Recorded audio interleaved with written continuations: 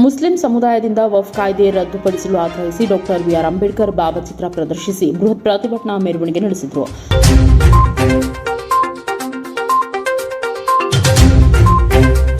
Maski April 15ರಂದು Muslim ಸಮುದಾಯ ಕೇಂದ್ರ ಸರ್ಕಾರ ಜಾರಿಗೆ ತಂದಿರುವ ಸಂವಿಧಾನಿಕ ತಿದ್ದುಪಡಿ ವಕ್ಫ್ ಕಾಯ್ದೆ ರದ್ದುಪಡಿಸಲು ಆಗ್ರಹಿಸಿ ಮೌನ ಪ್ರತಿಭಟನೆ ನಡೆಸಿ ಮಸ್ಕಿ ತಹಸೀಲ್ದಾರ್ ಅವರ ಮೂಲಕ ಗೌರವಾನ್ವಿತ ರಾಷ್ಟ್ರಪತಿಗಳಿಗೆ ಮನವಿ ಸಲ್ಲಿಸಿದರು.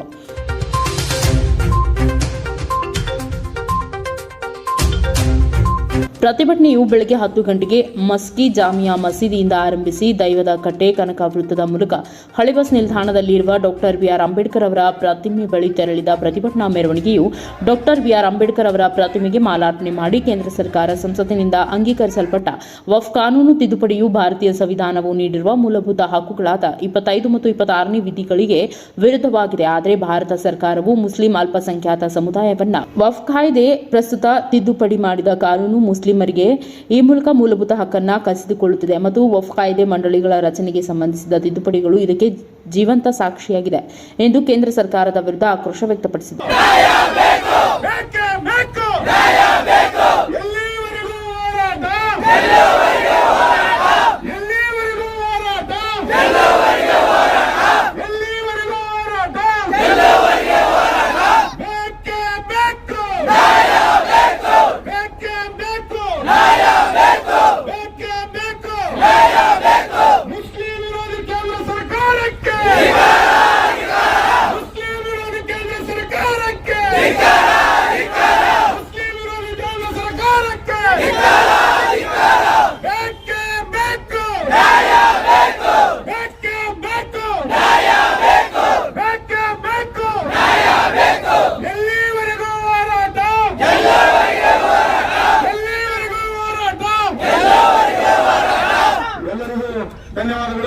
ಪ್ರತಿಭಟನೆಯನ್ನು ಉದ್ದೇಶಿಸಿ ಹುಸೇನ್ ಬಾಷಾ ಬಳಗಾನೂರು ಮತ್ತು ಯುವ ಪ್ರಗತಿಪರ ಚಿಂತಕ ಅಖಿಲ ಸಿದ್ದಿಕಿ ಸೇರಿದಂತೆ ಅನೇಕ ಮುಖಂಡರು ಮಾತನಾಡಿ ಕೇಂದ್ರ ಸರ್ಕಾರದ ವಿರುದ್ಧ ಆಕ್ರೋಶ ವ್ಯಕ್ತಪಡಿಸಿದರು.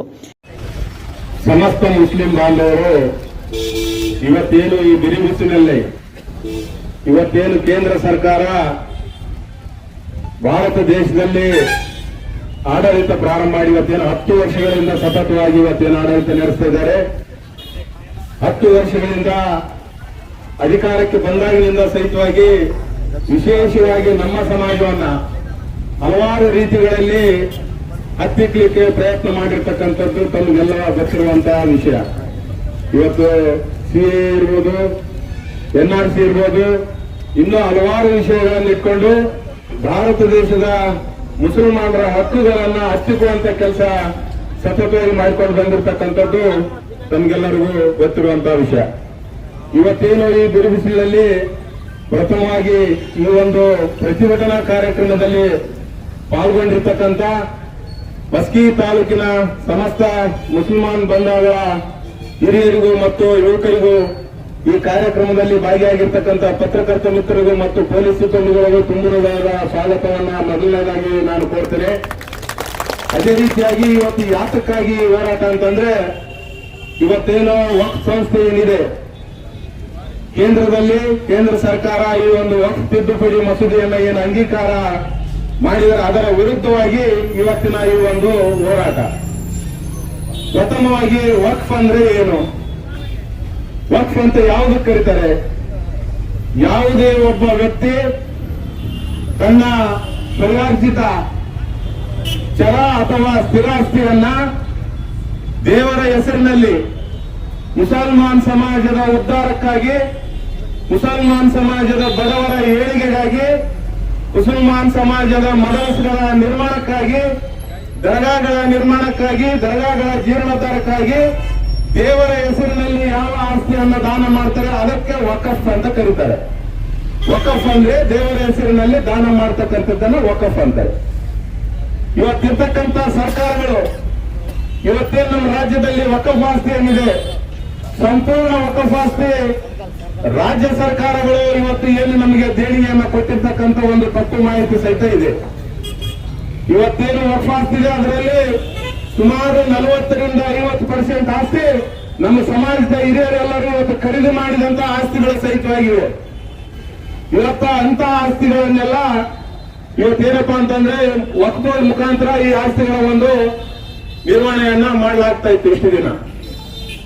ಇವತ್ತೇನು ಕೇಂದ್ರ ಸರ್ಕಾರದವರು ಇವತ್ತು ಎಲ್ಲಾ ಪ್ರಯತ್ನಗಳನ್ನು ಮಾಡಿದ್ರು ಅತ್ಯಧಿಕವಾಗಿ. ಇವತ್ತು ಯಾವ ಪ್ರಯತ್ನ ಅವರಿಗೆ ಸಫಲ ಆಗಲಿಲ್ಲ ಅಂದಾಗ ಇವತ್ತು ನಮ್ಮ ಸಮಾಜಕ್ಕೆ ಇರ್ತಕ್ಕಂಥ ಆಸ್ತಿ ಮೇಲೆ ಇವತ್ತು ಕೇಂದ್ರ ಸರ್ಕಾರದ ಕಣ್ಣು ಬಿದ್ದಿದೆ. ಇವತ್ತು ಈ ದೇಶದಲ್ಲಿ ಸಾಕಷ್ಟು ಗಂಭೀರ ಸಮಸ್ಯೆಗಳಿವೆ. ಬೆಲೆ ಏರಿಕೆ ಇವತ್ತು ಏನಾಗಿದೆ, ಮೊನ್ನೆ ತಾನೇ ಮತ್ತೆ 50 ರೂಪಾಯಿ ಸಿಲಿಂಡರ್ ಬೆಲೆ ಏರಿಸಿದ್ದಾರೆ. ಇವತ್ತು ಅದ್ರ ಬಗ್ಗೆ ಮಾತಾಡಲ್ಲ ಅವರು. ಇವತ್ತು ಯುವಕರಿಗೆ ಉದ್ಯೋಗ ಇಲ್ಲ, ಅದ್ರ ಬಗ್ಗೆ ಮಾತಾಡಲ್ಲ ಅವರು. ಕಳೆದ 2 ಚುನಾವಣೆಗಳು ಎದುರಿಸಬೇಕಾದ್ರೆ ಮೊದಲೇ ಚುನಾವಣೆ ಏನ್ ಜನರಿಗೆ ಭರವಸೆ ಕೊಟ್ಟಿದ್ರು ಅವರು, ನಾವು ಪೆಟ್ರೋಲ್ ಡೀಸೆಲ್ ನ 25 ರೂಪಾಯಿ ಕೊಡ್ತೀವಿ, ನಾವು ಏನಪ್ಪಾ ಅಂತಂದ್ರೆ ಎಲ್ಲರ ಅಕೌಂಟ್ಗೆ 15 ಲಕ್ಷ ಹಾಕ್ತೀವಿ, ಸುಳ್ಳು ಹೇಳಿ ಜನರನ್ನ ಮರಣ ಮಾಡಿ ಮೊದಲನೇ ಬಾರಿ ಅವರು ಅಧಿಕಾರಕ್ಕೆ ಬಂದರು. ಅದೇ ರೀತಿಯಾಗಿ 2ನೇ ಬಾರಿ ಅಧಿಕಾರಕ್ಕೆ ಬರಬೇಕಾದ್ರೆ ಪುಲ್ವಾಮಾ ದಾಳಿಯನ್ನ ತಮ್ಮ ಒಂದು ರಾಜಕೀಯ ಬೆಳೆಸಿಕೊಂಡು ಇವತ್ತ ಏನಪ್ಪಾ ಅಂತಂದ್ರೆ ಜನರ ಮಧ್ಯದಲ್ಲಿ ಭಾವನಾತ್ಮಕವಾಗಿ ಅವರ ಭಾವನೆಗಳನ್ನ ಕೆರಳಿಸಿ ಅಧಿಕಾರಕ್ಕೆ ಬರ್ತಕ್ಕಂತ ಒಂದು ಪ್ರಯತ್ನವನ್ನು ಮಾಡಿ ಅವರು ಅಧಿಕಾರಕ್ಕೆ ಬಂದರು. ಈಗ ಅವ್ರಿಗೆ ಯಾವುದು ವಿಷಯಗಳಿಲ್ಲ, ಅಭಿವೃದ್ಧಿ ವಿಷಯಗಳ ಬಗ್ಗೆ ಅವರು ಎಲ್ಲಿ ಮಾತಾಡೋದಿಲ್ಲ. ಬರೀ ಇದೆ ಯಾವತ್ತು ನೋಡಿ ಮುಸ್ಲಿಂ ಮುಸ್ಲಿಂ ಮುಸ್ಲಿಂ. ನಾವು ಈ ದೇಶಕ್ಕಾಗಿ ಸಾಕಷ್ಟು ನಮ್ಮ ಹಿರಿಯರೆಲ್ಲರೂ ಪ್ರಾಣವನ್ನು ತ್ಯಾಗ ಮಾಡಿದ್ದಾರೆ. ಈ ದೇಶಕ್ಕೆ ಸ್ವತಂತ್ರ ಬರಬೇಕಾದ್ರೆ ಮುಸಲ್ಮಾನರಿಗೆ ಸಹಿತವಾಗಿ ಬಹಳಷ್ಟು ಪ್ರಮಾಣದ ಒಂದು ಕೊಡುಗೆ ಇದೆ. ಇವತ್ತು ನೀವು ದೆಹಲಿಯಲ್ಲಿರ್ತಕ್ಕಂಥ ಗೇಟ್ ಆಫ್ ಇಂಡಿಯಾಕ್ಕೆ ಹೋದ್ರೆ ಅಲ್ಲಿ ಸ್ವತಂತ್ರಕ್ಕಾಗಿ ಹೋರಾಡಿದಂತ ಎಷ್ಟೋ ಜನ ಸೈನಿಕರ ಹೆಸರು ಕೂಡ ಬರೆದಿದ್ದಾರೆ. ಅಲ್ಲಿ ಹೋಗಿ ನೋಡ್ರಿ, ಇವತ್ತು ನೀವು ಅಲ್ಲಿರ್ತಕ್ಕಂಥ ಹೆಸರುಗಳಲ್ಲಿ ಒಂದು 40ರಿಂದ 50% ಹೆಸರು ಬರೀ ಮುಸಲ್ಮಾನರು ಹೋದ್ರೆ ಹೆಸರುಗಳನ್ನು ಬರೆದಿದ್ದಾರೆ ಅಲ್ಲಿ. ಇವತ್ತು ಅದನ್ನೆಲ್ಲ ನೀವು ಬದಿಗಿಟ್ಟು ಇವತ್ತು ನಾವು ಕೂಡ ಈ ದೇಶದ ಮಕ್ಕಳೇ, ನಾವೇನು ಬೇರೆ ಎಲ್ಲಿಂದ ಬಂದವರಲ್ಲ ಏನಲ್ಲ. ನಮಗೂ ಕೂಡ ನಿಮ್ಗೆ ಎಷ್ಟು ಈ ದೇಶದಲ್ಲಿ ಹಕ್ಕಿದೆ, ನಮಗೂ ಕೂಡ ಅಷ್ಟು ಹಕ್ಕಿದೆ. ಇವತ್ತು ಯಾಕೆ ಈ ಒಂದು ವಕ್ಫ್ ಬೋರ್ಡ್ ಆಸ್ತಿಯನ್ನ ಇವತ್ತು ಅವರು ತಮ್ಮ ಇರ್ತಕ್ಕಂಥದ್ದನ್ನ ಅವರು ಬದಲಾವಣೆ ಮಾಡಿ ಒಂದು ಹೊಸ ಮಸೂದೆಯನ್ನ ಅಂಗೀಕಾರ ತರಬೇಕಂತ ಹೇಳಿ ಯಾಕೆ ಮಾಡ್ತಾರಪ್ಪ ಅಂತಂದ್ರೆ, ಇವತ್ತೇನು ಈ ಎಲ್ಲ ಆಸ್ತಿ ಏನಿದೆ ಇವತ್ತು ನಮ್ಮ ಧರ್ಮಕ್ಕಾಗಿ ಉಪಯೋಗ ಮಾಡ್ಲಿಕ್ಕಷ್ಟೇ ಇರೋದು. ಇವತ್ತು ಅದನ್ನ ಅವರು ಸರ್ಕಾರದ ಸುಪರ್ದಿಗೆ ತೆಗೆದುಕೊಂಡು ಹಲವಾರು ಸರ್ಕಾರದ ಕಾರ್ಯಕ್ರಮಗಳಿಗೆ ಬಳಸಬೇಕಂತ ದುರುದ್ದೇಶವನ್ನು ಇಟ್ಕೊಂಡು ಈ ಒಂದು ಮಸೂದೆಯನ್ನ ಅವರು ಜಾರಿಗೆ ತರಬೇಕಂತೇಳಿ ಪ್ರಯತ್ನ ಮಾಡ್ತಾ ಇದ್ದಾರೆ. ಕೆಲವೊಂದಿಷ್ಟು ಇವತ್ತು ಬಿಜೆಪಿ ಪಕ್ಷದ ನಾಯಕರುಗಳು ಮಾತಾಡ್ತಾರೆ ಇವತ್ತು. ಯಾಕಂದ್ರೆ ಕೇಂದ್ರದಲ್ಲಿ ಅವ್ರ ಸರ್ಕಾರ ಇರೋದ್ರಿಂದ ರಾಜ್ಯದಲ್ಲಿ ಮತ್ತು ರಾಷ್ಟ್ರದಲ್ಲಿ ಕೆಲವೊಂದಿಷ್ಟು ನಾಯಕರು ಮಾತನಾಡ್ತಾರೆ. ಏನಂತ ಹೇಳ್ತಾರೆ, ಈ ಒಂದು ಕಾಯ್ದೆಯಿಂದ ಬಡ ಮುಸಲ್ಮಾನರಿಗೆ ಒಳ್ಳೆಯದಾಗ್ತದೆ. ಸರಿ ಸ್ವಾಮಿ, ನಿಮ್ಮ ಇವತ್ತು ಉದ್ದೇಶವನ್ನು ಒಪ್ತೀವಿ. ಎಷ್ಟು ಜನ ಬಡ ಮುಸಲ್ಮಾನರು ಕೇಂದ್ರ ಸರ್ಕಾರಕ್ಕೆ ಇವತ್ತು ಬಿಜೆಪಿ ಮುಖಂಡರಿಗೆ ಅರ್ಜಿಯನ್ನು ಸಲ್ಲಿಸಿದ್ದಾರೆ ತೋರಿಸ್ರು. ನಾವು ಬಡವರ ಸಮಾಜದಲ್ಲಿ ನಮ್ಗೆ ಅನ್ಯಾಯ ಆಗ್ತಿದೆ, ನೀವು ವಕ್ಫ್ ಕಾಯ್ದೆಯನ್ನ ತಿದ್ದುಪಡಿ ಮಾಡಿ ಜಾರಿ ಮಾಡ್ರಿ ಅಂತ ಯಾವ್ದಾದ್ರೂ ಒಬ್ಬ ಮುಸಲ್ಮಾನರಿಗೆ ಕೇಂದ್ರ ಸರ್ಕಾರಕ್ಕೆ ಯಾರಿಗಾದ್ರೂ ಅರ್ಜಿ ಕೊಟ್ಟಿದ್ದಾರಾ?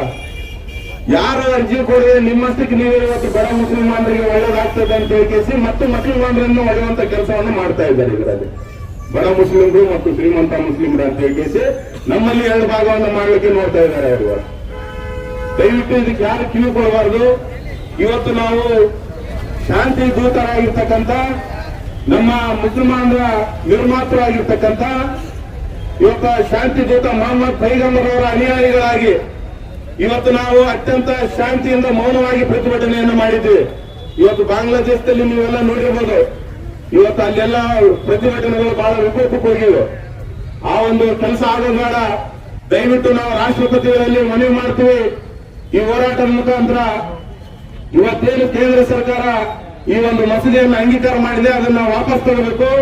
ಯಾವುದೇ ಕಾರಣಕ್ಕೂ ಈ ಒಂದು ವಕ್ಫ್ ತಿದ್ದುಪಡಿ ಕಾಯ್ದೆ ಜಾರಿ ಆಗಬಾರದು ಅಂತ ಹೇಳಿ ನಾವು ಈ ಮೂಲಕ ಒತ್ತಾಯವನ್ನ ಮಾಡ್ತೇವೆ. ಅದೇ ರೀತಿಯಾಗಿ ಇವತ್ತೇನಾಗಿದೆ, ಇವತ್ತು ಈ ಒಂದು ರಾಜ್ಯ ಮತ್ತು ರಾಷ್ಟ್ರದಲ್ಲಿ ಶಾಂತಿಯುತ ಸಮಾಜ ನಿರ್ಮಾಣ ಆಗಬೇಕಾದ್ರೆ ಬಡವರಿಗೆ ಇವತ್ತು ಅನ್ಯಾಯಕ್ಕೊಳಗಾದವರಿಗೆ ನ್ಯಾಯ ದೊರಕಬೇಕಾದ್ರೆ ಇವತ್ತು ಮಾಧ್ಯಮಗಳ ಪಾಲು ಬಹಳಷ್ಟು ಇದೆ. ಆದ್ರೆ ಇವತ್ತು ಏನಾಗ್ತದೆ, ಕೆಲವೊಂದಿಷ್ಟು ಮಾರಾಟವಾಗಿರುವ ಮಾಧ್ಯಮಗಳು, ಎಲ್ಲ ಮಾಧ್ಯಮಗಳು ಅಂತ ಹೇಳೋದಿಲ್ಲ ನಾನು, ಕೆಲವೊಂದಿಷ್ಟು ನಿಯಂತ್ರಣ ಮಾಧ್ಯಮಗಳು ಸಹಿತ ಇದ್ದಾವೆ. ಕೆಲವೊಂದಿಷ್ಟು ಮಾರಾಟವಾದಂತ ಮಾಧ್ಯಮಗಳು ಡಿಬೇಟಿಗೆ ಕರೀತಾರೆ, ವಕ್ಫ್ ವಿಷಯವಾಗಿ ಡಿಬೇಟಿಗೆ ಕರೀತಾರೆ. ವಕ್ಫ್ ಪರ ಒಂದಿಬ್ಬರನ್ನ, ವಕ್ಫ್ ವಿರೋಧ ಒಂದಿಬ್ಬರನ್ನ. ಆ ವಕ್ಫ್ ವಿರೋಧಿಗಳು ಯಾರು ಇರ್ತಾರೆ ಅವರಿಗೆ ಮಾತನಾಡಲಿಕ್ಕೆ ಸಮಯ ಅವಕಾಶ ಜಾಸ್ತಿ ಕೊಡ್ತಾರೆ. ಇದನ್ನ ಯಾರು ವಕ್ಫ್ ಕಾಯ್ದೆಯನ್ನು ವಿರೋಧ ಮಾಡ್ತಾರೆ ಅವರಿಗೆ ಸಮಯಾವಕಾಶ ಕಡಿಮೆ ಕೊಡ್ತಾರೆ. ಅವ್ರೇನಾದ್ರೂ ಸರಿಯಾದ ರೀತಿಯಿಂದ ವಾದನ ಮಂಡನೆ ಮಾಡಿ ಅವರು ಇದು ಏನ್ ಇವತ್ತು ಕೇಂದ್ರ ಸರ್ಕಾರ ಮಾಡಿ ತಪ್ಪೈತೆ ಅಂತ ಹೇಳ್ತಕ್ಕಂಥ ನಿಟ್ಟಿನಲ್ಲಿ ಅವ್ರೇನಾದ್ರು ವಾದ ಮಾಡಕ್ ಚಾಲು ಮಾಡಿದ್ರೆ ಕೆಲವೊಂದಿಷ್ಟು ಈ ಒಂದು ದೃಶ್ಯ ಮಾಧ್ಯಮದ ಆಂಕರ್ಗಳು ನೋಡಿದ್ರೆ ನಗು ಬರ್ತಿತ್ತು. ನಾನು ಹೇಳೋದು ಅವ್ರೇನಾದ್ರೂ ಸರಿಯಾದ ರೀತಿಯಿಂದ ವಾದ ಮಾಡ್ಬೇಕಾದ್ರೆ ಮಧ್ಯದಲ್ಲಿ ಅವ್ರು ಎಂಟ್ರಿ ಆಗ್ತಾರ. ಅವ್ರು ಎಂಟ್ರಿ ಆಗಿ ಈ ಒಂದು ವಕ್ಫ್ ಕಾಯ್ದೆಯ ಬಗ್ಗೆ ಅಲ್ಲಿ ಏನು ಡಿಬೇಟ್ ಕರೆದಿರ್ತಾರೆ ಅವ್ರನ್ನ ಬಿಡ್ತಾರ, ತಾವೇ ವಾದ ಮಾಡಕ್ ನಿಂದಿರ್ತಾರ ಮುಸ್ಲಿಂ ಸಮಾಜದ ಮುಖಂಡರ ಜೊತೆಗೆ. ಇಂತಹ ಪರಿಸ್ಥಿತಿ ಇವತ್ತು ಬಂದಿದೆ. ಇವತ್ತು ಮಾಧ್ಯಮ ರಂಗ ಏನಪ್ಪಾ ಅಂತಂದ್ರೆ ಇವತ್ತು ಸಾರ್ವಜನಿಕರಿಗಿರ್ಲಿ ಯಾವುದೇ ಸಮಾಜಕ್ಕಿರ್ಲಿ ತೊಂದರೆಗೊಳಗಾದವರಿಗಿರ್ಲಿ ನ್ಯಾಯ ಕೊಡಿಸಬೇಕಾದ್ರೆ ಮಾಧ್ಯಮ ರಂಗದ್ದು ಕೂಡ ಬಹಳಷ್ಟು ಕೊಡುಗೆ ಇದೆ. ಇವತ್ತು ದಯವಿಟ್ಟು ಮಾಧ್ಯಮದವರು ಸಹಿತವಾಗಿ ವಾಸ್ತವ ಪರಿಸ್ಥಿತಿ ಏನಿದೆ ಅದನ್ನು ಸಾರ್ವಜನಿಕರಿಗೆ ತಿಳಿಸ್ರಿ. ನೀವು ಯಾವುದೋ ಒಂದು ಪಕ್ಷ ಯಾವುದೋ ಒಂದು ಧರ್ಮಾಧಾರಿತ ಪತ್ರಕರ್ತರ ಆಗಿದ್ರಪ್ಪ ಅಂತಂದ್ರೆ ನೀವು ಒಂದು ಒಳ್ಳೆಯ ಸಮಾಜವನ್ನ ನಿರ್ಮಾಣ ಮಾಡೋದ್ರಲ್ಲಿ ನಿಮ್ಮ ಒಂದು ಕೊಡುಗೆ ಏನಿರೋದಿಲ್ಲ ಅಂತ ಹೇಳಲಿಕ್ಕೆ ಬಯಸ್ತೇನೆ. ಅದೇ ರೀತಿಯಾಗಿ ತಾವೆಲ್ಲರೂ ಒಂದ್ 2 ನಿಮಿಷದ ಅವಕಾಶ ಕೊಡ್ರಿ. ಯಾಕಂದ್ರೆ ಈಗ ಸಾಕಷ್ಟು ಬಿಸಿಲಿದೆ. ಈಗ ನಮಗೂ ಕೂಡ ಮಾಹಿತಿ ಕಡಿಮೆ ಇರೋದ್ರಿಂದ ಮಾಜಿ ವಕ್ಫ್ ಬೋರ್ಡ್ನ ಅಧ್ಯಕ್ಷರಾಗಿರ್ತಕ್ಕಂಥ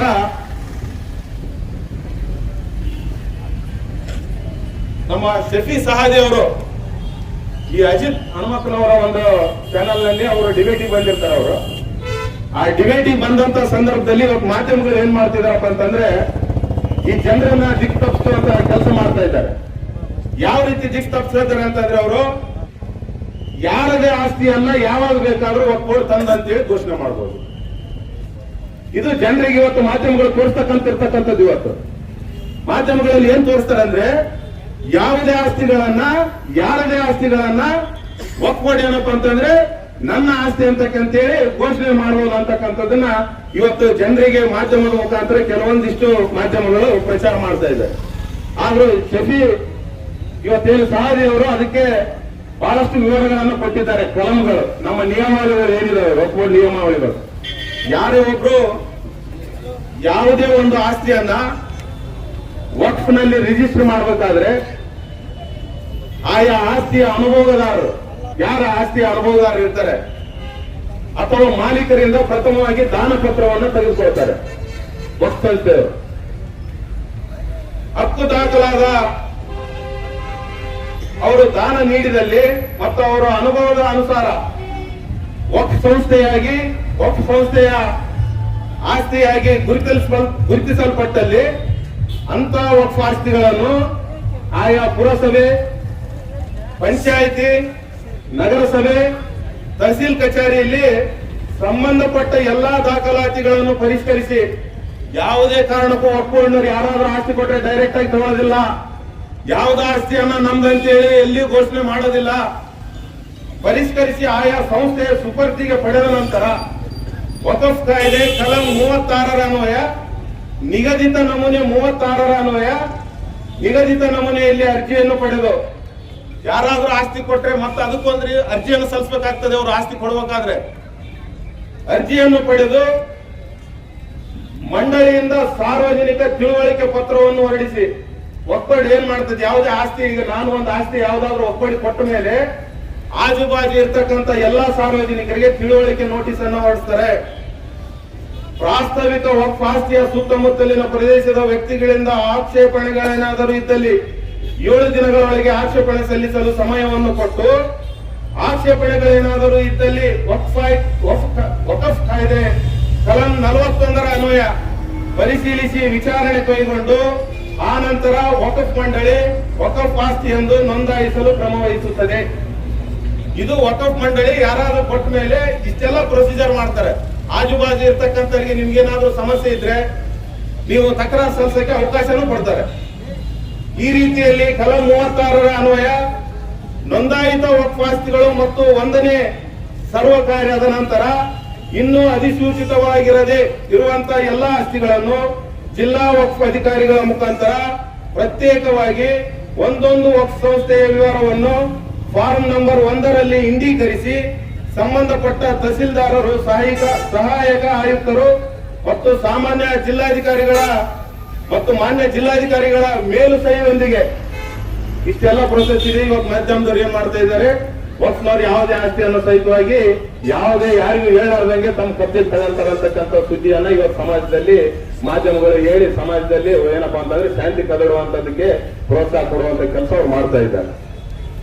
ಮಾನ್ಯ ಜಿಲ್ಲಾಧಿಕಾರಿಗಳ ಮೇಲು ಸಹಿಯೊಂದಿಗೆ ಫಾರಂ ನಂಬರ್ 2ರಲ್ಲಿ ತಾಲೂಕುವಾರು ಸಂಸ್ಥೆಗಳ ಪಟ್ಟಿಯನ್ನು ಮಾಡಿ ಕಂದಾಯ ಇಲಾಖೆಗೆ ಮಾನ್ಯ ರಾಜ್ಯ ಸರ್ಕಾರದ ಅನುಮೋದನೆಗೆ ಪ್ರಸ್ತಾವನೆಯನ್ನು ಸಲ್ಲಿಸುವುದರ ಮೂಲಕ ತಾಲೂಕುವಾರು 2ನೇ ಸರ್ವೆ ವಕ್ಫ್ ಆಸ್ತಿಗಳ ಪಟ್ಟಿಯನ್ನು 2018ರವರೆಗಿನ ಎಲ್ಲಾ ನೋಂದಾಯಿತ ವಕ್ಫ್ ಸಂಸ್ಥೆಗಳು ಮತ್ತು ಆಸ್ತಿಗಳನ್ನು ಗೆಜೆಟ್ ರಾಜ್ಯ ಪತ್ರದ ಮೂಲಕ ಅಧಿಸೂಚನೆಯಲ್ಲಿ ಪ್ರಕಟಿಸಲಾಗುತ್ತದೆ.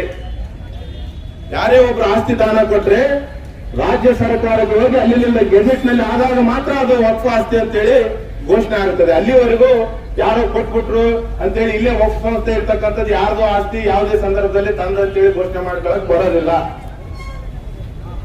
ಯಾವುದೇ ಆಸ್ತಿಯನ್ನು ಗೆಜೆಟ್ ಮಾಡಲು 1 ವರ್ಷದ ಕಾಲಾವಕಾಶ ಇರುತ್ತದೆ. ಯಾರಾದ್ರೂ ಇವತ್ತು ವಕ್ಫ್ ಬೋರ್ಡ್ಗೆ ಆಸ್ತಿಯನ್ನ ದೇಣಿಗೆಯಾಗಿ ನೀಡಿದ್ರೆ ಅದು ಸರ್ಕಾರದ ಒಂದು ಅಧಿಕಾರಕ್ಕೆ ಬರಬೇಕು. ವಕ್ಫ್ ಬೋರ್ಡ್ನ ಒಂದು ಗೆಜೆಟ್ ನಲ್ಲಿ ಬರಬೇಕಂದ್ರೆ ಸುಮಾರು 1 ವರ್ಷದ ಕಾಲಾವಕಾಶವನ್ನ ತೆಗೆದುಕೊಳ್ಳಬೇಕಾಗ್ತದೆ. ಈ ಅವಧಿಯಲ್ಲಿ ತಕರಾರು ಬಂದರೆ ಆ ರಾಜ್ಯ ಪತ್ರದಲ್ಲಿ ಆ ಒಂದು ಆಸ್ತಿ ಎಂಟ್ರಿ ಆಗೋದಿಲ್ಲ. ಆಮೇಲೆ ಏನಪ್ಪಾ ಅಂದ್ರೆ ರಾಜ್ಯ ಪತ್ರ ಮಾಡುವುದು ವಕಫ್ ಸಂಸ್ಥೆ ಅಲ್ಲ, ಗೆಜೆಟ್ ತಯಾರು ಮಾಡೋದು ವಕಫ್ ಸಂಸ್ಥೆ ಅಲ್ಲ. ಇರ್ತಕ್ಕಂತ ರಾಜ್ಯ ಸರ್ಕಾರ ಗೆಜೆಟ್ ತಯಾರು ಮಾಡ್ತಾರೆ. ಇದನ್ನ ಅರ್ಥ ಮಾಡ್ಕೋಬೇಕು. ಮೊದಲು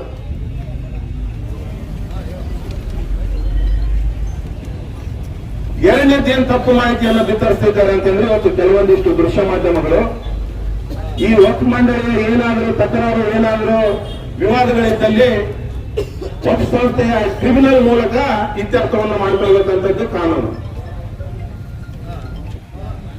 ಈ ಒಂದು ಟ್ರಿಬ್ಯುನಲ್ ಏನಪ್ಪಾ ಅಂತಂದ್ರೆ ಟ್ರಿಬ್ಯುನಲ್ ಹೋಗಕ್ಕೆ ತಯಾರಿಲ್ಲ. ಯಾರು ಈ ಸದ್ಯ ಏನು ವಾದ ಮಾಡ್ತಾ ಇದ್ದಾರೆ ಅವ್ರ ವಾದ ಏನು, ಟ್ರಿಬ್ಯುನಲ್ ಯಾಕೆ ಹೋಗ್ಬೇಕು ಸ್ವಾಮಿ? ಟ್ರಿಬ್ಯುನಲ್ ಅಂದ್ರೆ ಸಹಿತವಾಗಿ ಅದೇನು ಮುಸ್ಲಿಮರ ಆಧೀನದಲ್ಲಿ ಇರ್ತಕ್ಕಂಥದ್ದಲ್ಲ, ವಕ್ಫ್ ಬೋರ್ಡ್ ಆಧೀನದಲ್ಲಿ ಇರ್ತಕ್ಕಂಥದ್ದಲ್ಲ. ಟ್ರಿಬ್ಯುನಲ್ ಜಡ್ಜ್ಗಳನ್ನ ನೇಮಕ ಮಾಡುವುದು ನಮ್ಮ ರಾಜ್ಯದ ಇವತ್ತು ಹೈಕೋರ್ಟ್ ಏನಿದೆ, ಹೈಕೋರ್ಟ್ ನ್ಯಾಯಮೂರ್ತಿಗಳು ಆ ಒಂದು ಟ್ರಿಬ್ಯುನಲ್ ನ್ಯಾಯಮೂರ್ತಿಗಳನ್ನ ನೇಮಕ ಮಾಡ್ತಾರೆ. ಅಲ್ಲಿ ಮುಸಲ್ಮಾನರೇ ನ್ಯಾಯಾಧೀಶರಂತ ಹೇಳಿ ಯಾವುದೇ ರೀತಿಯಿಂದ ಕಾನೂನಿಲ್ಲ. ಯಾವುದೇ ಧರ್ಮದವರು ಬೇಕಾದ್ರೂ ನ್ಯಾಯಾಧೀಶರಾಗಬಹುದು. ನಿಮ್ಗೇನ್ ತೊಂದರೆ ಇರಲ್ಲಿ ಟ್ರಿಬ್ಯುನಲ್ ಮುಖಾಂತರ ಹೋಗ್ಲಿಕ್ಕೆ?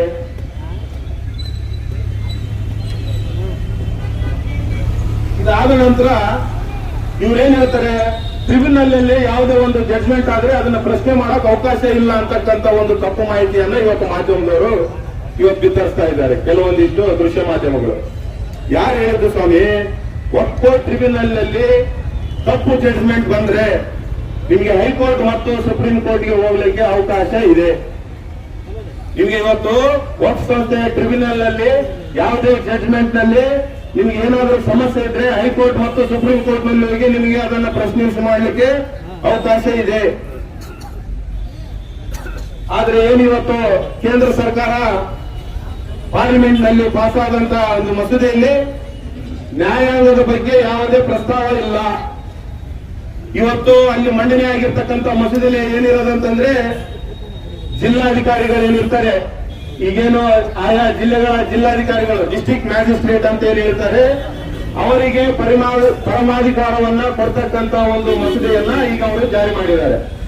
ವಕ್ಫ್ ಬೋರ್ಡ್ ನಲ್ಲಿರ್ತಕ್ಕಂಥ ಟ್ರಿಬ್ಯುನಲ್ ನಲ್ಲಿ ಹೋಗಂಗಿಲ್ಲ. ಏನಾದ್ರೂ ಸಮಸ್ಯೆಗಳಿದ್ರೆ ಜಿಲ್ಲಾಧಿಕಾರಿಗಳೇ ಪರಮಾಧಿಕಾರಿಗಳು. ಈ ಒಂದು ಏನು ವಕ್ಫ್ ಬೋರ್ಡ್ ಸಂಸ್ಥೆ ಏನಾದ್ರೂ ಲಿಟಿಗೇಷನ್ಗಳಿದ್ದಲ್ಲಿ, ಏನಾದ್ರೂ ಸಮಸ್ಯೆಗಳಿದ್ದಲ್ಲಿ ಆಯಾ ಜಿಲ್ಲೆಯ ಜಿಲ್ಲಾಧಿಕಾರಿಗಳಿಗೆ ಪರಮಾಧಿಕಾರವನ್ನು ಕೊಟ್ಟು ಮಸೂದೆಯಲ್ಲಿ ಏನಪ್ಪಾ ಅಂತಂದ್ರೆ ಈ ಸೆಂಟೆನ್ಸ್ ನ ಅಲ್ಲಿಗೆ ಸೈಲೆಂಟ್ ಮಾಡಿದ್ದಾರೆ. ಅಲ್ಲಿಗೆ ಸೈಲೆಂಟ್ ಅಂದ್ರೇನು? ಈಗ ಟ್ರಿಬ್ಯುನಲ್ ನಲ್ಲಿ ಏನಾದ್ರೂ ಕೇಸ್ ನಲ್ಲಿ ಜಡ್ಜ್ಮೆಂಟ್ ನಲ್ಲಿ ಸಮಸ್ಯೆ ಇದ್ರೆ ಮುಂದೆ ಹೈಕೋರ್ಟ್ ಮತ್ತು ಸುಪ್ರೀಂ ಕೋರ್ಟ್ ಹೋಗಲಿಕ್ಕೆ ಅವಕಾಶ ಇದೆ. ಬಟ್ ಈಗ ಏನು ಈ ಮಸೂದೆ ಜಾರಿಗೆ ತಂದಿದ್ದಾರೆ ಅದರಲ್ಲಿ ಆ ಸೆಂಟೆನ್ಸ್ ನ ಅಲ್ಲಿಗೆ ಸೈಲೆಂಟ್ ಮಾಡಿದ್ದಾರೆ.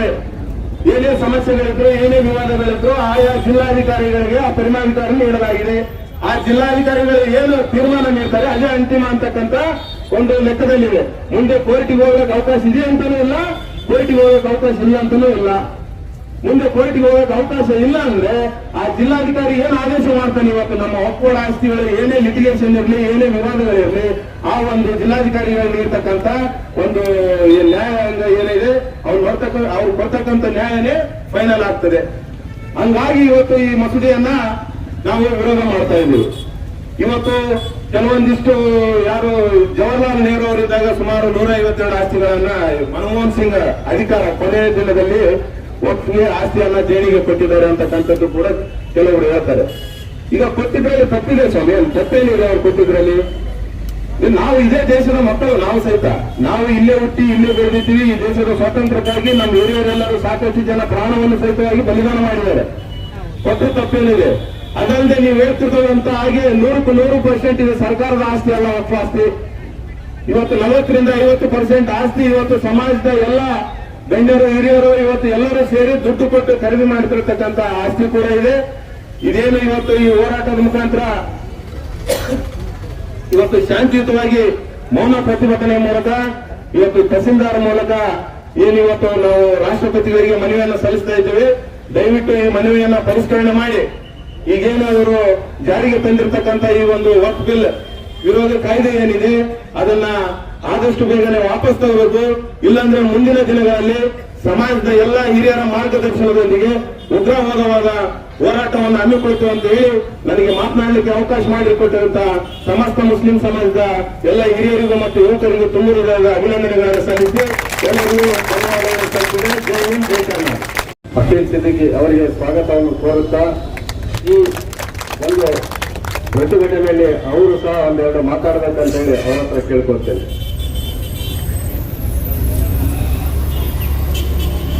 ಎಲ್ರಿಗೂ ಅಸ್ಸಲಾಂ ಅಲೈಕುಂ.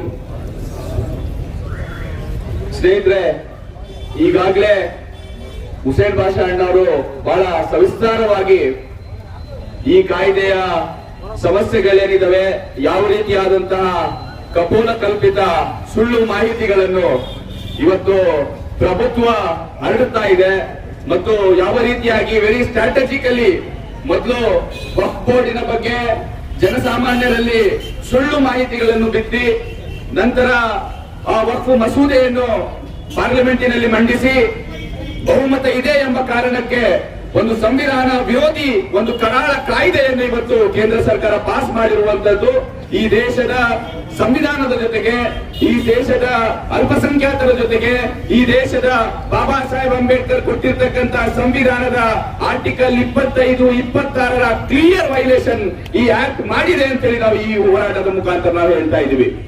ಸ್ನೇಹಿತರೆ, ಈಗಾಗಲೇ ನಮಗೆಲ್ಲರಿಗೂ ಗೊತ್ತಿರುವ ಹಾಗೆ ಈ ವಕ್ಫ್ ಬೋರ್ಡ್ ಎಂಬ ಮಸೂದೆಯನ್ನು ತಂದು ಒಂದು ನಿರ್ದಿಷ್ಟವಾದಂತ ಒಂದು ಸಮುದಾಯಕ್ಕೆ ಒಂದು ಗುರಿಯಾಗಿಸಿ ಆ ಮಸೂದೆಯನ್ನು ಪಾಸ್ ಮಾಡಿ ಅವರ ಧಾರ್ಮಿಕ ಸ್ವಾತಂತ್ರ್ಯದಲ್ಲಿ ಮತ್ತು ಅವರ ಧಾರ್ಮಿಕ ಕೇಂದ್ರಗಳಲ್ಲಿ ಒಳನುಗ್ಗುವಂತ ಕೆಲಸವನ್ನು ಇವತ್ತು ಪ್ರಭುತ್ವ ಮಾಡ್ತಾ ಇರುವಾಗ ನಾವೆಲ್ಲರೂ ಬದುಕಿದೀವಿ ಅಂತ ತೋರಿಸಲಿಕ್ಕೆ ನಾವು ಈ ಪ್ರತಿಭಟನೆಯನ್ನು ಹಮ್ಮಿಕೊಂಡಿದ್ದೀವಿ. ಇವತ್ತು ಆತ್ಮೀಯ ಇವತ್ತು ಈ ದೇಶ ಬಾಂಧವರು ಅರ್ಥ ಮಾಡಿಕೊಳ್ಬೇಕು.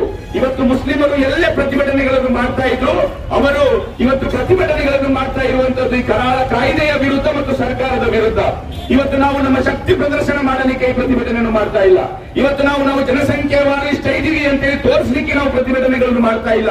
ಇವತ್ತು ನಮ್ಮ ಅಸ್ಮಿತೆಯ ಮೇಲೆ ಅಟ್ಯಾಕ್ ಆಗಿರುವಂತದ್ದು, ಇವತ್ತು ನಮ್ಮ ಐಡೆಂಟಿಟಿಯ ಮೇಲೆ ಅಟ್ಯಾಕ್ ಆಗಿರುವಂತದ್ದು, ಇವತ್ತು ನಮ್ಮ ಧಾರ್ಮಿಕ ಸ್ವಾತಂತ್ರ್ಯದಲ್ಲಿ ಒಳನುಗ್ಗುವಂತ ಕೆಲಸವನ್ನು ಪ್ರಭುತ್ವ ಮಾಡ್ತಾ ಇರುವಾಗ ಆ ಒಂದು ಪ್ರಭುತ್ವದ ವಿರುದ್ಧ ಪ್ರತಿಭಟಿಸುವಂತ ಹಕ್ಕು ಯಾವ ಸಂವಿಧಾನ ನಮಗೆ ಕೊಟ್ಟಿದೆ, ಅದೇ ಸಂವಿಧಾನವನ್ನು ಹಿಡಿದುಕೊಂಡು ನಾವು ಇವತ್ತು ಪ್ರತಿಭಟನೆಗೆ ಇಳಿದಿದ್ದೀವಿ. ಮತ್ತು ಈ ದೇಶದ ಜನಸಾಮಾನ್ಯರಿಗೆ ನಾವು ಹೇಳ್ತಾ ಇದ್ದೀವಿ, ಇವತ್ತು ಈ ಬಿಜೆಪಿ ಪಕ್ಷಕ್ಕೆ ಪ್ರೈಮರಿ ಎನಿಮಿ, ಮೂಲ ಒಂದು ಶತ್ರು, ಪ್ರೈಮರಿ ಶತ್ರು ಇವತ್ತು ಮುಸ್ಲಿಮರಾಗಿರ್ಬೋದು. ಆದ್ರೆ ಮುಸ್ಲಿಮರ ಹಿಂದೇಟಿಗೆ ಸರಿದ ನಂತರ ಅವರ ಪ್ರೈಮರಿ ಎನಿಮಿ ಆಗಿರ್ತಾರೆ. ಎನಿಮಿ ಯಾರಾಗಿರ್ತಾರೆ, ಶತ್ರು ಯಾರಾಗಿರ್ತಾರೆ ಅಂತೇಳಿ ನಾವು ನಮಗೆ ನಾವೇ ಪ್ರಶ್ನೆ ಮಾಡಿಕೊಳ್ಬೇಕಾಗಿದೆ. ಇವತ್ತು ವೆರಿ ಸ್ಟ್ರಾಟಜಿಕಲಿ ಅವರು ಒಂದೊಂದು ಕಾಯ್ದೆಗಳನ್ನು ತರುವ ಮೂಲಕ ಈ ದೇಶದ ಅಲ್ಪಸಂಖ್ಯಾತರಾದಂತಹ ಪ್ರತಿಯೊಬ್ಬ ಒಂದು ಅಲ್ಪಸಂಖ್ಯಾತರಿಗೆ ಈ ರೀತಿಯಾದಂತಹ ಕಾಯ್ದೆಗಳ ಮೂಲಕ ಸದೆಬಡಿಯುವಂತ ಕೆಲಸವನ್ನು ಇವತ್ತು ಸರ್ಕಾರ ಮಾಡ್ತಾ ಇದೆ.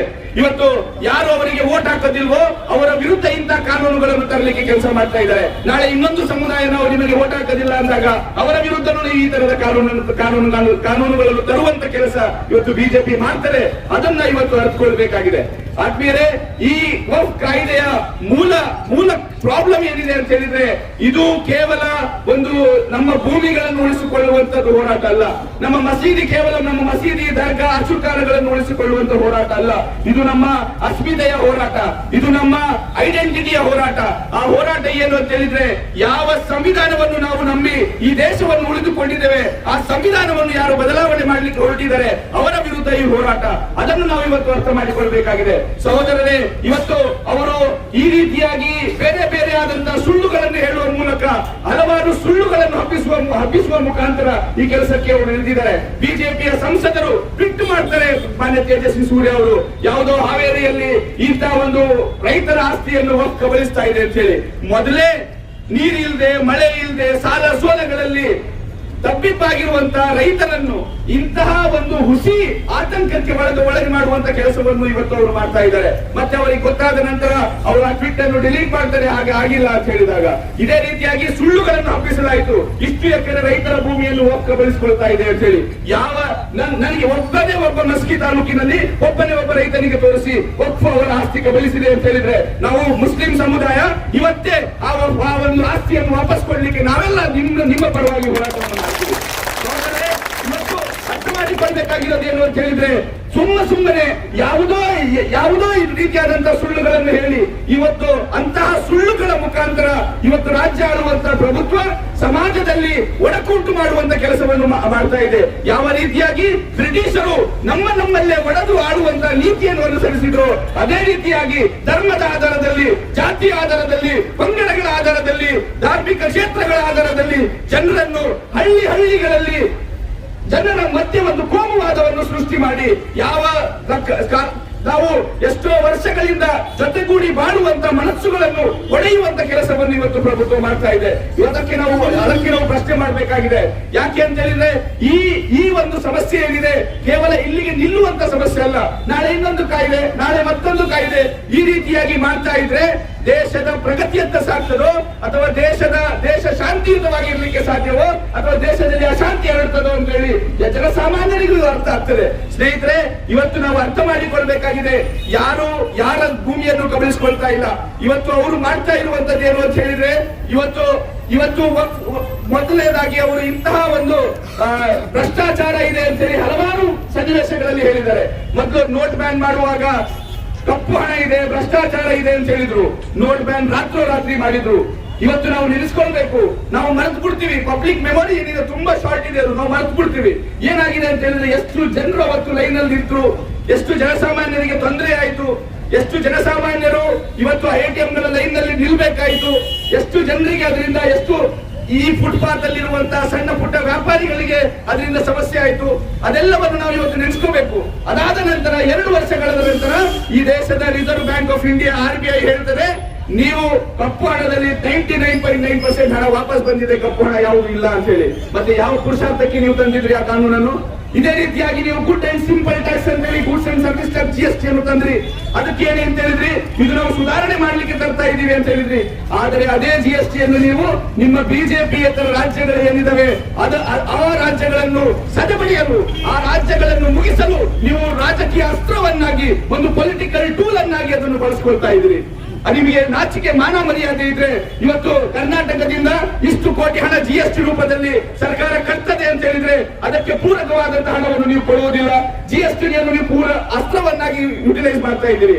ಅದಕ್ಕೆ ಬಾಬಾ ಸಾಹೇಬ್ ಹೇಳಿದ್ರು, ಸಂವಿಧಾನವನ್ನು ನಾವೇನು ಬರೆದು ಹೋಗ್ತಾ ಇದ್ದೀರಿ, ಆದ್ರೆ ಯಾರ ಕೈಗೆ ಇದು ಹೋಗ್ತದೆ ಅದರ ಮೇಲೆ ಡಿಪೆಂಡ್ ಆಗ್ತದೆ ಯಾವ ರೀತಿಯಾಗಿ ಇದು ವರ್ಕೌಟ್ ಆಗ್ತದೆ ಅಂತ ಹೇಳಿ. ಇವತ್ತು ಈ ಸಂವಿಧಾನ ಮತ್ತು ಅದರ ಸಂವಿಧಾನದ ಮೂಲ ಏನಿದೆ, ಮೂಲ ಸಿದ್ಧಾಂತ ಏನಿದೆ, ಅದರ ಮೇಲೆ ಇವತ್ತು ಸರ್ಕಾರ ಅಟ್ಯಾಕ್ ಮಾಡ್ತಾ ಇದೆ.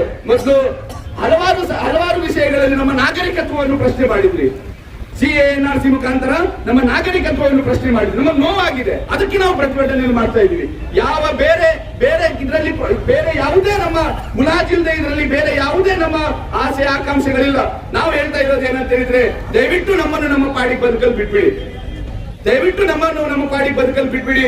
ಇವತ್ತು ನೀವು ಒಂದು ಸಣ್ಣ ಸಮುದಾಯವನ್ನು, ಈ ದೇಶದಲ್ಲಿರ್ತಕ್ಕಂಥ ಒಂದು ಸಮುದಾಯವನ್ನು, ನಿರ್ದಿಷ್ಟ ಸಮುದಾಯವನ್ನು ತೋರಿಸಿ ಓಟ್ ತೆಗೆದುಕೊಳ್ಳಲಿಕ್ಕೆ ನೀವೇನು ಈ ರೀತಿಯಾದಂತಹ ಕೆಲಸಗಳನ್ನು ಮಾಡ್ತಾ ಇದ್ದೀರಾ, ಅದು ಈ ದೇಶವನ್ನು ಹೊಡೆಯುವಂತ ಕೆಲಸ ಮಾಡ್ತದೆ ಹೊರತಾಗಿ ದೇಶವನ್ನು ಕಟ್ಟುವಂತ ಕೆಲಸ ಅಲ್ಲ. ಅದಕ್ಕಾಗಿ ಈ ದೇಶ ಅಂತ ಹೇಳಿದ್ರೆ ಏನಂತ ಹೇಳಿ ನಾವು ಇವತ್ತು ಪ್ರಶ್ನೆ ಮಾಡಬೇಕಾಗಿದೆ. ದೇಶ ಅಂತ ಹೇಳಿದ್ರೆ ಒಂದು ಭೂಪಟ ಅಲ್ಲ. ದೇಶ ಅಂತ ಹೇಳಿದ್ರೆ ಒಂದು ಜಾತಿ ಅಲ್ಲ. ದೇಶ ಅಂತ ಹೇಳಿದ್ರೆ ಒಂದು ಧರ್ಮ ಅಲ್ಲ. ದೇಶ ಅಂತ ಹೇಳಿದ್ರೆ ಮಂದಿರ ಅಲ್ಲ, ಮಸೀದಿಯೂ ಅಲ್ಲ, ಚರ್ಚು ಅಲ್ಲ. ದೇಶ ಅಂತ ಹೇಳಿದ್ರೆ ಇಲ್ಲಿರ್ತಕ್ಕಂಥ ಜನ, ಎಲ್ಲಿಯವರೆಗೆ ನೀವು ಇಲ್ಲಿ ಇರ್ತಕ್ಕಂಥ ಜನರಿಗೆ ಪ್ರೀತಿಸುವುದಿಲ್ಲವೋ ನೀವು ದೇಶ ಭಕ್ತರಾಗಲಿಕ್ಕೆ ಸಾಧ್ಯ ಇಲ್ಲ ಜನರನ್ನು ಪ್ರೀತಿಸಬೇಕು. ದೇಶ ಜನರಿಂದ ಆಗ್ತದೆ. ಒಂದು ಭೂಪಟದ ಹೆಸರು ದೇಶ ಆಗ್ಲಿಕ್ಕೆ ಸಾಧ್ಯ ಇಲ್ಲ. ನೀವೊಂದು ಭೂಪಟದ ಹೆಸರಲ್ಲಿ ದೇಶವನ್ನು ಕಟ್ಟಲಿಕ್ಕೆ ಹೊರಡ್ತಾ ಇದ್ದೀರಿ. ಇಲ್ಲಿರ್ತಕ್ಕಂಥ ಜನರನ್ನು ಸತ ಬೆಳೆದು ಯಾವ ಪುರುಷಾರ್ಥಕ್ಕೆ ನೀವು ಭಾರತವನ್ನು ವಿಶ್ವಗುರುವನ್ನಾಗಿ ಮಾಡಲಿಕ್ಕೆ ಹೊರಡ್ತಾ ಇದ್ದೀರಿ. ನಾವಿವತ್ತು ಈ ಒಂದು ಪ್ರತಿಭಟನೆಯ ಮೂಲಕ ದೇಶವನ್ನು ಕಟ್ಟುವಂತ ಕೆಲಸವನ್ನು ನಾವೆಲ್ಲರೂ ಮಾಡಬೇಕಾಗಿದೆ. ಮತ್ತು ಇವತ್ತು ನಾವು ಹೇಳಬೇಕಾಗಿದೆ, साथियों में आज बोलना है, क्या बोलना है कि अगर उसूलों पर आँच आए तो टकराना जरूरी है, अगर जिंदा हो तो जिंदा नजर आना जरूरी है. हम जिंदा है, हम जिंदा है, हम जिंदा है, उसकी मिसाल देने के लिए आज यहाँ जमा हुए हैं. मैं मस्की के सारे नौजवानों को मुबारकबाद देता हूँ. ये लड़ाई महज सिर्फ चंद दिनों की लड़ाई नहीं है. यहाँ हर एतबार से हमको अपने आप को संभालना होगा, हमारे आने वाली कम्युनिटी को संभालना होगा, आने वाली नस्ल को संभालना होगा. और ये जिस तरीके से काले कानून लाए जा रहे हैं, जिसके जरिए से ये कम्युनिटी के ऊपर जो जिस तरीके का जुल्म बर्बरियत का माहौल खड़ा कर दिया जा रहा है, उसके खिलाफ हमें खड़ा होकर जवाब देना होगा. मैं सारे लोगों को मुबारकबाद देते हुए मैं ये बात फिर से हुकूमत के सामने कहना चाहता हूँ. जो इंदुरी साहब ने जो गजल कही थी, लगेगी आग तो आएंगे कई घर सदमे, लगेगी आग तो आएंगे कई घर सदमे. यहाँ पे हमारा मकान, सिर्फ हमारा मकान थोड़ी है, सभी का खून है शामिल यहाँ की मिट्टी में, किसी के बाप का हिंदुस्तान थोड़ी है. ಈ ಸಂದರ್ಭದಲ್ಲಿ ಮುಸ್ಲಿಂ ಸಮಾಜದ ಪಂಚ ಕಮಿಟಿಯ ಅಧ್ಯಕ್ಷರಾದ ಅಬ್ದುಲ್ ಅಜೀಜ್, ಮುಖಂಡರಾದ ಅಬ್ದುಲ್ ಗನಿ ಸಾಬ್, ಧರ್ಮಗುರುಗಳಾದ ಜಿಲಾನಿ ಖಾಜಿ, ಅಲ್ಪಸಂಖ್ಯಾತರ ಅಧ್ಯಕ್ಷರಾದ ಶಬೀರ್ ಚೌಧರಿ, ಪುರಸಭೆ ಸದಸ್ಯರಾದ ಮಸೂದ್ ಪಾಷಾ ಸೇರಿದಂತೆ ಸಮುದಾಯದ ಮುಖಂಡರು, ಯುವಕರು ಪ್ರತಿಭಟನೆಯಲ್ಲಿ ಉಪಸ್ಥಿತರಿದ್ದರು.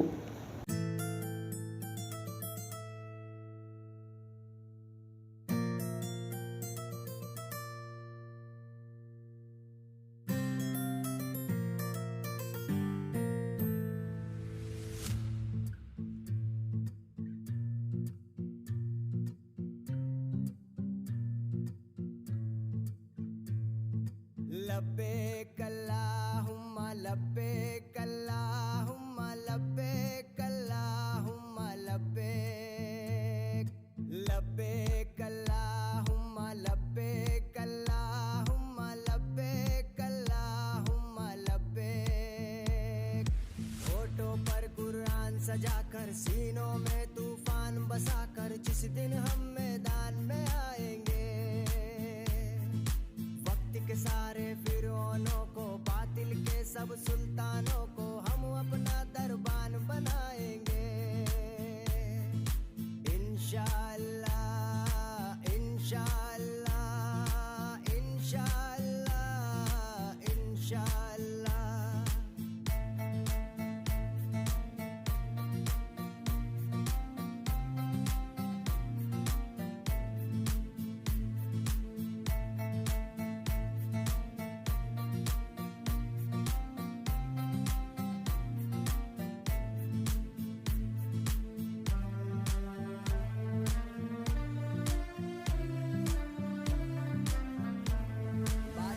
किसी लश्कर से हम खौफ नहीं खाते हैं, हम जान तो दे देते हैं, मैदान से नहीं जाते हैं. तारीख उठा कर देखो, हम गाजी कहलाते हैं, हम अपने दीन की खातिर तूफान से लड़ जाते हैं.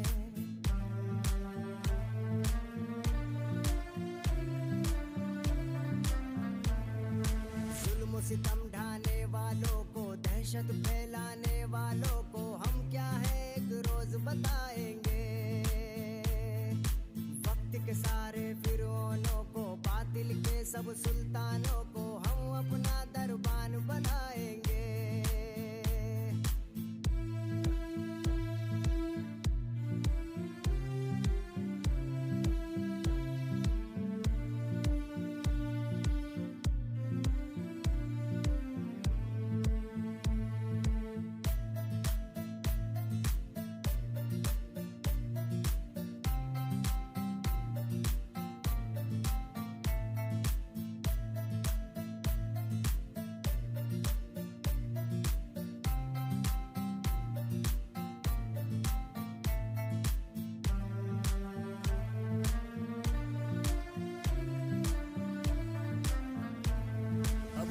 करो नादानो, हम प्यार से समझाते हैं, अपनी भी नहीं सुनते हम जब जिद पर आ जाते हैं.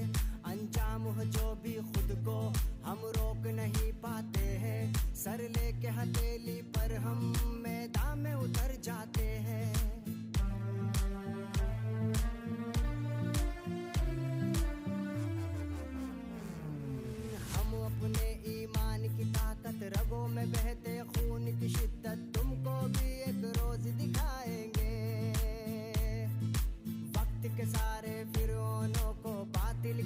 सुल्तानों को हम अपना दरबान बनाएंगे। होठों पर कुरान सजाकर सीनों में तूफान बसाकर जिस दिन हम